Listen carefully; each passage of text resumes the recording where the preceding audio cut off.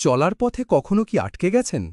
আমরা সবাই কখনো না কখনো এমন এক পর্যায়ে এসে দাঁড়াই যখন পথটা কেমন ঝাপসা লাগে। কোনটা ঠিক, কোনটা ভুল বুঝতে পারি না। এমন সময় বন্ধুর সঙ্গে কথা বলি, এক কাপ চা খাই অথবা হঠাৎ একটা বই হাতে তুলে নিই। বিস্ময়কর হলেও সত্য, একটা ভালো বই অনেক সময় একটা মানসিক কুয়াশা সরিয়ে দিতে পারে। হয়তো এক পৃষ্ঠায় লেখা একটা লাইন অথবা কোনো চরিত্রের ভেতরকার যুদ্ধ আপনার নিজের কষ্টগুলোকে নতুন চোখে দেখতে শেখায়। শুধু জ্ঞানের জন্য নয়, বই কখনো কখনো হয় একটা আয়না, যেখানে আপনি নিজের ভাবনা, নিজের দুশ্চিন্তা, নিজের প্রশ্নগুলোর প্রতিফলন দেখতে পান।